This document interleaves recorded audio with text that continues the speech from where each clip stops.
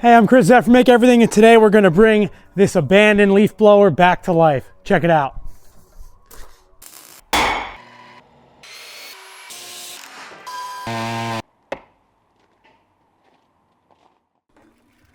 So starting this one out, I had to get the thing inside. It's been sitting in the stairwell for a couple of years, and you can see the tires don't roll very well. And normally I would just muscle this thing onto a table, but I hurt my back recently, so we're going to be using the chain fall to bring this thing on and off. At the end of the day, it's probably smarter anyway. This thing is definitely pretty old. I believe it's from 1989, and it's got a little bit of history behind it too. All right, so here's the story. 5 years ago when I opened my shop, my friend Kerry was cleaning out her late father's garage, and she said, hey, do you want this blower? I thought this would be a great thing to have at the shop. So 5 years ago, Mac and I tried to kind of quickly get this thing to run. We pulled the carb off, we tried to get air in the tires, but we just couldn't get it going. So now I've decided that I need to resurrect it because A, I need it, and B, it's just been sitting underneath the stairwell for too long. So let's bust into this thing and see if we can't make it run. So I've been working on small engines for a long time. I messed around with a lot of mopeds, and I've fixed all the snow blowers that I've had over the years. So I know a little bit of what I'm getting into, but I never worked on this type of carburetor. Now this machine's old enough where I suspect that it has a brass float bowl in it. So my first kind of path here is to get this thing running, get this thing apart before I even work on any of the cosmetic parts of it. Anytime I'm working on a small motor or motorcycle or anything like that, it's got to run before you try to make it pretty. So I know the gas tank was leaking, it's cracked, and you can see the discoloration is typically from just kind of UV light. And I was able to pull the carburetor off and now just pull the muffler off so that I can sort of get to that side of the motor. Now, one of the things that I noticed when I got this thing on the bench was that there was a little connecting cable that was off of the original carburetor, so I had to kind of check that out. And I can tell just from spinning the impeller that the motor isn't seized, which is good. January 1989. So for some context, I was born in October of 1988, so this thing's almost as old as me. Now this is an 8 horsepower cast iron motor. This is a Briggs and Stratton. And I did some research online. I looked up the carburetors and looked up some info on the motor before I kind of started my way into this. And this had tubeless tires on it, which isn't going to work, especially because I'm not sure how often I'm going to use this thing. So I want to make sure I get tubes in there so that I can at least keep the tires with air in them. When you have a tubeless tire on a piece of equipment like this, as soon as you break that seal, it can be really hard to get the bead to set back. So I like to have a tube in there just to kind of make maintenance and, you know, keeping air in the tires a little bit easier. Now once I get the thing cleaned off, I get the carburetor off, I decide to take the old carburetor apart and see what I've got in there. Now, just like I suspected, this has a brass float bowl, and my guess is that that brass float bowl probably has a little hole in it, which is why every time I put fuel in it, it would just flood. So I ordered a brand new carburetor on Amazon. This is just a Chinese kind of knockoff of the original carb. And I did read some negative reviews about these leaking and about how the threads on these won't match with the original bolts that came on the first motor. So I had to swap them out for some metric bolts, but I made sure to take this one apart and make sure that it would seal up correctly before I go ahead and put it back on the side of the motor. Now, before I brought this thing inside, I did put a little bit of fuel in it and try to get it to start with the old carburetor. I couldn't get it to go. Like I said, I'm pretty sure it was flooding because I did get a lot of fuel out of the bottom.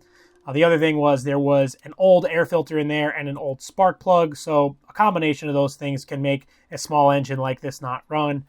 This does not use a gas oil mix. This uses straight gasoline, which kind of makes things a little bit easier because I just have to make sure that there's oil in the case and put straight fuel into the gas tank. So before I go any further, I want to make sure that I can mount a new gas tank and with new fuel lines to this thing. Now I'm going to need to make an adapter bracket for that, but for now I can get the fuel tank on, get the fuel line hooked up, and I can get this thing down off the bench so that I can make sure that it works. Now, before I even try to roll this thing outside, I decide to change the tires over to these new ones that I purchased online. So I pull the old tires off, and these new ones I got are some sort of off-roading tire, it seems, with a lot more tread, but they do have a tube, and they were pretty cheap. I got them on Amazon too. And I'm using a motorcycle set of tire irons here that I got for when I change motorcycle and moped tires, and they do the job. It can be a little bit tricky to get a small tire on like this, but with a little bit of elbow grease, you can get it mounted pretty easily.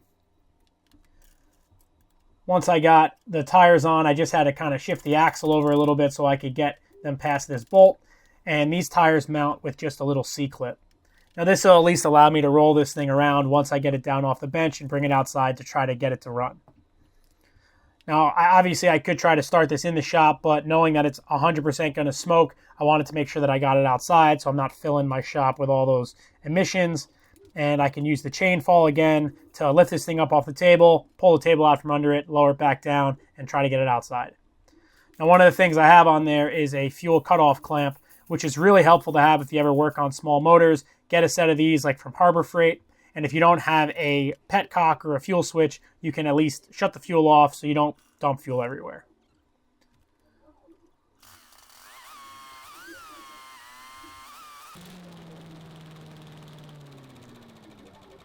Now after just a couple of pulls, it started right up, idled well, and I think it's going to be fine. It works. So while I'm working on this motor, I've been using these slim swivel head ratchets from Gear Wrench. They sent these over to me, and these have actually been really awesome to use. Now, if you've ever used a swivel head ratchet before, you know, a lot of times they don't have a way to lock. So while you're working with them, they kind of flop around. These have a little thumb latch right there that'll lock them in place. And the head is super, super low profile, so you can get into tight places. This little set was on sale at Home Depot, and I think it's just a great thing to keep around in the toolbox. The other thing that I really like about it is it's got many teeth of engagement, so you really don't have to move very far before it'll start ratcheting. There's this stubby one and then this longer one, and they both have the swiveling head. There'll be a link down in the description of this video where you can check these out. Like I said, at the time that I'm filming this video, these are on sale at Home Depot, and they're definitely worth checking out. So now that I've got this thing running, I'm going to need to put a new throttle cable on it. Now this doesn't use a kind of spring-loaded throttle that you'd have on like a motorcycle or something like that. It uses this kind of push-pull throttle. And one of the things that I noticed is that it's very finicky. When I got it running outside, I was just adjusting the throttle with my finger. So I have to make sure that I put the correct throttle adjuster on there so that I don't wind up accidentally shutting it off. When the throttle goes all the way to the stop position, it grounds out and turns off the machine. Like I mentioned earlier, I have to make a bracket for the gas can. And the way I'm going to do that is just by basically making a piece of aluminum that's going to straddle the original mount and extend it over about 3/4 of an inch to the left so I can mount this new gas can that I bought online.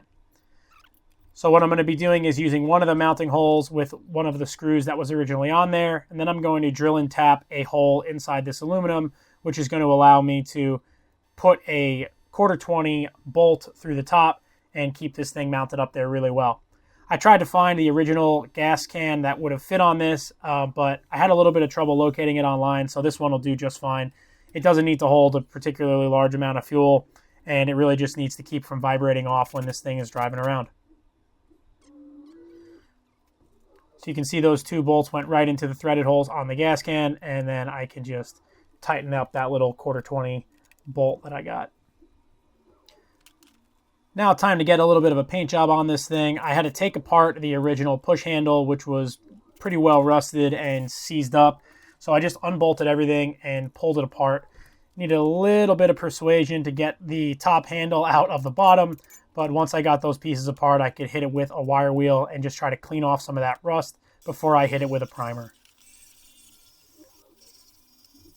Now you can see I'm using my full-blown respirator on this. I'm trying to be a little bit better about my PPE, and I think everybody sort of should.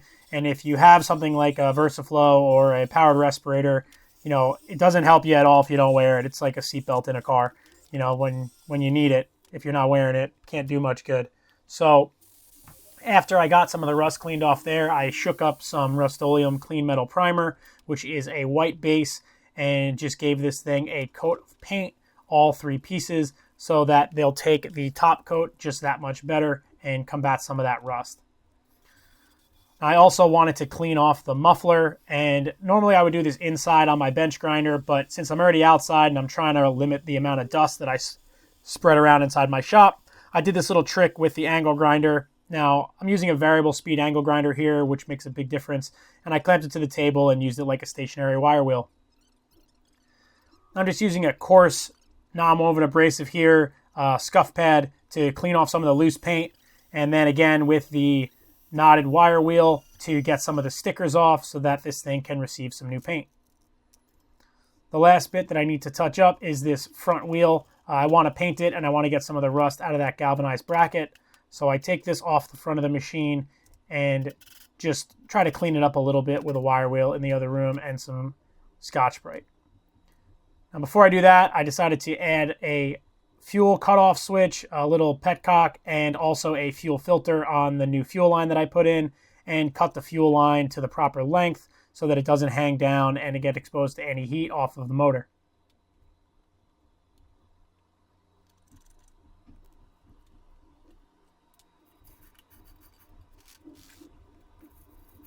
I also decided to swing this thing down a little bit so I could hang it and get a little bit more grinding done. And it kind of helps to have it hanging overhead where you can easily manipulate it while using the grinder. And with the grinder on a really low speed, I'm not kicking up too much paint dust, and it's a little more manageable and safe to use one-handed. You can see I had added a little hook there to the motor mount in order to lift it up. Now I believe the original color of this was orange and then with some white trim, but the motor's red, so I'm not 100% sure. Either way, I picked out a nice semi-gloss orange from my local hardware store, and I decided to give this thing 3 or 4 coats of paint so that it would last. And I'm not taking this whole thing apart because I tried to loosen some of the bolts inside that impeller case and they were not budging. So I'm masking things off with cardboard and painting this little impeller guard white so that there'll be a cool contrast of white and orange when this thing is done. At this point, the primer has dried on the handle, so I can give that a finish coat of semi-gloss white. And I like to bring everything back inside to dry because it's about 35 degrees outside when I'm filming this, and the paint won't properly cure unless it's a little bit warmer. So you can paint outside to keep the fumes out and then bring it right inside to dry, and normally you'll get pretty good adhesion. I'm just masking off this front wheel, giving it a quick magic paint job, giving it also that semi-gloss white so that it'll look nice and clean. And then back in the other room, I'm taking a wire brush and a scuff pad to this rusty front wheel bracket so that I can get it cleaned up. One of the other things I've got there is just a drill mounted wire wheel, which can be really useful to get into tight spaces. And it's a little easier to get into some spots like that than it is with an angle grinder. I can pull some of the masking off, and then I'm going to be adding some of the decals once I finish pulling the masking tape off of this front wheel. Now for the decals, I used what's called a silhouette Cameo. It is essentially a die cutter. Now you may be familiar with the Cricut or the Cricut, however you want to pronounce it. Essentially what it does is it takes a little razor blade, like a little CNC machine, and will cut vinyl stickers that you design on the computer. So I made a warning sticker for where the impeller is, and I remade the Little Wonder logo based on the logo that I found on the Little Wonder website. And it's really nice to have a die cutter like this for making decals. Sometimes, you have a project that you need to do a label for, or you want to make a really specific mask, or you want to make some sort of like a craft. But even in like a fabricating environment, I find myself using a die cutter all the time. And once you get a hang of kind of making 2D files on the computer, it's so much easier to use than like a CNC, and it can create a really unique look that you really can't replicate any other way. So if you're familiar with my Don't Die stickers, that's the font that I normally use, and I decided to put it on the danger area where the impeller is on this thing. And then I'm going to stretch these Little Wonder stickers over the top of the impeller housing, and I think the white and orange really give it a super clean look. And aside from the motor being a little scratched up, the thing looks like it's brand new. These stickers are about 4 by 24, and when they're stretched over there and stuck on, they'll last outside and it won't fade, and they just look great. So I pull a little bit of the masking off the front, do a little bit of touch up with the paint as I go, and I can remount this front wheel bracket. And one of the things I wound up having to go back and do was make sure this bolt was really tight, because I noticed that front wheel wanted to wobble, which made it a little hard to push. It was kind of binding up. But after I got it tightened up, it worked out fine. And now I can re-add the handles. And you may notice that I changed out the throttle cable. The throttle cable that I had originally installed didn't have sort of the right action. It had this kind of push slide versus a lever. So I went over to Home Depot and I bought a lever activated throttle cable. I believe it was marketed for like a snowblower or a lawnmower, but it's going to work fine for this application. You can see that little kind of thumb lever there. And this just goes through a bolt hole that was already in the handle because the original throttle was a lever very similar to this. And I knocked the handle back in because it was pretty tight. But once I get it fully mounted, it looks great. A couple more bolts to tighten things up. This thing's pretty much done. I got to clean off and lift it up off the table one more time. And I can get it outside and give it a test run now that it is all cleaned up and totally restored. Now, one of the things I noticed was the starting procedure on this can be a little tricky with the choke. And I have to adjust my idle because it's having a little bit of trouble idling at a low speed. But at full throttle, this thing has so much power. The air chute can be redirected from either the left side or straight ahead. And I noticed that when I put it going straight ahead, it's actually physically harder to push this thing. It's got an 8 horsepower motor and it really moves a ton of air. It's even pulling the gravel up if I'm not careful. So this thing is going to be super useful to have. I'm really happy with the way it came out. It looks great. I think it's a great way to honor my friend Kerry's late father, and I'm sure he'd be happy to see it getting used again. The white and orange came out awesome. The new gas can looks great. So do the tires and the decals. Super happy to restore this Briggs & Stratton motor, and this thing should run for many years to come. All right, that about does it for this video. This thing is working awesome, and I'm so glad to have it because at the property upstate, there's a lot of really heavy leaves blocking the driveway. And since I spent a lot of money getting that gravel put in, I don't want those leaves to kind of allow cultivation of grass and weeds to grow up from underneath. So the next time I go upstate, I want to use this to clear all those leaves now that the fall is kind of moving past us. It's actually starting to snow right now. This thing has significant kind of history for me because my best friend Kerry, this actually belonged to her late father. Now he passed away a number of years ago, and then a couple years even after that, she gave it to me. Fast forward 5 years, this has been sitting in storage in my shop, and now finally it's back up and running. So the new carburetor did the trick. The paint job made it look nice, and just fixing a couple other little odds and ends, new fuel tank, new fuel lines, definitely is going to keep this thing running for a long time. I'm getting a little bit of not so much smoke, but the head is giving me something after it runs for a little while. So I just want to make sure that I've got significant amount of oil kind of flowing through it. I got to check. I did check my oil levels before I started this thing and they seemed fine, but now that it's ran a few times, I got to check again. Might need to top off the oil reservoirs. Anyway, this was a really fun project. I am so happy when I can restore something that's so useful and then I can use it in the future because this is something that I need. You can see I even just blasted out the driveway, which is good because that'll keep the drain from getting clogged if we get any kind of end of fall, early winter storms. So yeah. If you're interested in any of the stuff and tools that I used during this project, check them out in the description below. The slim head wrenches that I used from Gear Wrench were really helpful on something like this where you're trying to get in to tight spots. I think they're a great product, and they are currently on sale, like I said, at Home Depot. So you can check that out down below. If you like this and you want to see more videos like this, restoration videos and other stuff I'm doing in the shop, don't forget to subscribe and give this video a thumbs up if you enjoyed it. It really helps me a lot. And leave a comment if you've got questions. Yeah, that's it. So I hope you enjoyed this little project. I hope everybody had a great holiday and a great Thanksgiving in the States over here. So that's all. I'm Chris Zett from Make Everything, and I'll see you on the next video.